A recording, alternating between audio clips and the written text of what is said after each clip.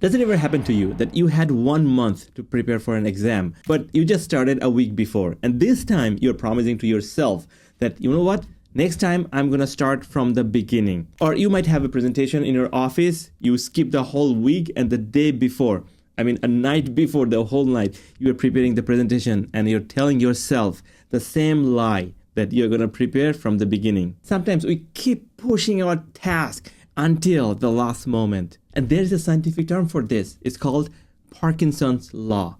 It's not Parkinson's disease, it's Parkinson's law. And high achievers use this exact law to work more in half time. Today, I'll share you the exact technique that elite performers use to hack their productivity. And today, I'm gonna give you science-based tips and tricks that will double, triple your productivity from today. Hello there. If you're new here, first of all, welcome to my channel. My name is Mahamud. I'm a biomedical scientist and I have a PhD in molecular medicine. Now, this mind-bending term is named after a British historian. He says work expands to fill the time available for its completion. Meaning your brain tricks you all the time. It stretches a small task so much that it can fill the time that you have given to finish it. Let me give an example. That you have French fries in a packet. If you put it in a big plate, it will occupy that space. Similarly, air in this coffee mug is compressed here. If you open this lid, this air is gonna occupy the whole space. The air will spread throughout the room. At the same way, the way we design our work, a timeline or deadline, in our brain, that work stretches to that point which we give our brain to finish it. If a task needs to be done in 7 days, if you give yourself that within 5 days this needs to be done, your work will be done in 5 days. You don't have to go for 7 days. The real life example, just the night before the exam, we can finish the entire syllabus for the test that we have given a month to finish. And also the Stanford University scientists proved that in brain scanning. When we give ourselves longer time to finish a task, the neuronal connection to make decision literally slows down. So you are not lazy, you are just reprogramming your brain unintentionally in such a way that it wastes time. So now I'm going to tell you 4 science-backed tips and tricks that I prefer to use when I need to bump up my productivity. As it says, the work expands to fill time.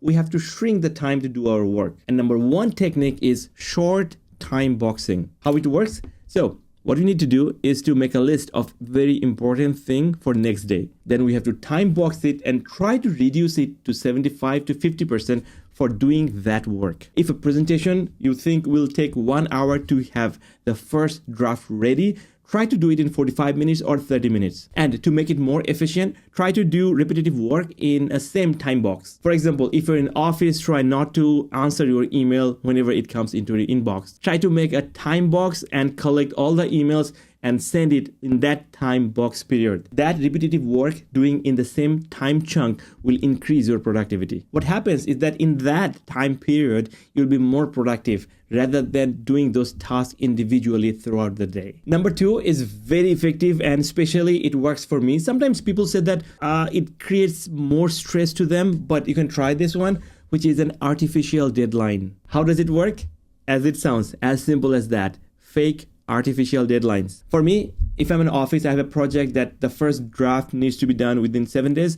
I tell myself that I have 3.5 days or 4 days to finish this one. For me, it creates an artificial stress that keeps me on my toes to finish that draft within 3 days. Even if it's a messy draft, but still, I know that I have still 3 or 4 extra days to revise those drafts and give it to my boss. But if you're studying something new, memorizing a new concept or chapter from your book for test, this artificial deadline might not work for you, but if it is a project-based work that needs to be done, this is one of my favorite method, I would say. But if it is not study, if it is like a project-based work in my office, this technique helps me a lot. Now, number 3 goes hand to hand with artificial deadlines, which is mini deadlines. Sometimes we have a project or a goal that we want to achieve, and when we see that, we feel like it's a mountain to climb, and that's why sometimes we lose our motivation and we don't want to achieve that goal. Sometimes what happens that if we see a big project, a big goal, we get demotivated. And in this case, this mini deadline will help you to get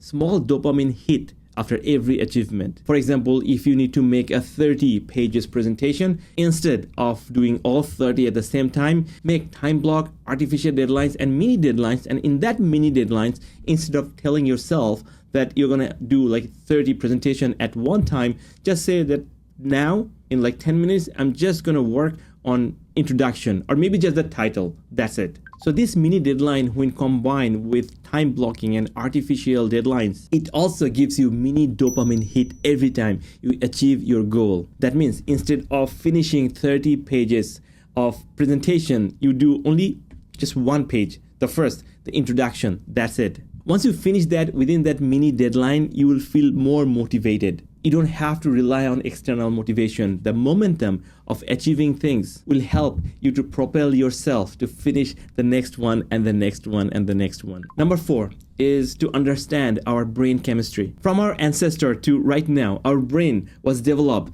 to make us safe. It's always on the survival mode. So that's why when you want to do some productive work, it takes a lot of energy and the brain says like, no more. We have to conserve the energy for the survival. And here comes the Parkinson's law, that the time expand to the deadline that we set. Because within that short time, if you finish that work, not perfectly, but just haphazardly, just first draft, still you will have 50% more time to revise on that work. Without emphasizing on perfection, if you finish the work within 50% time, then you have extra time to work on that project to make it polished and ready to finish. So let me bring it all together. If you don't want to be average, mediocre, if you want to get out of that guilty feeling that you always doing things at the last moment, this Parkinson law will help you to increase your productivity a lot. By the way, if you're still struggling with time management, there's another video that will tell you that without managing your time, you can manage time. If you want to know more about this, there's a video that can help you a lot. And comment in below if it's time boxing, artificial deadlines, or the mini deadlines works for you the best. Thank you so much for watching. See you in next video.